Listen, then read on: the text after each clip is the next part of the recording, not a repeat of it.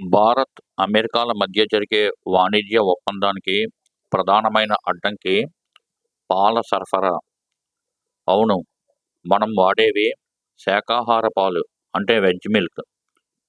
America మనకు supply చేసేది మాంసాహార పాలు నాన్ వెజ్ మిల్క్. మనం పాలను కేవలం ఆహారంగా మాత్రమే కాకుండా పూజకు, అభిషేకం వంటి పవిత్రమైన ధార్మిక సంబంధమైన కార్యక్రమాలకు వాడుతాం. వాళ్ళు అక్కడి ఆవులకు పెట్టే దానాలో మాంసాహార ఉత్పత్తులు కూడా కలుపుతారు. వాటిని నాన్ వెజ్ పాలు అంటారు. అందుకే వాటిని పూజాధికాలకు వాడము. అమెరికా భారత చర్చల్లో ఇక్కడ బ్రేక్ పడింది.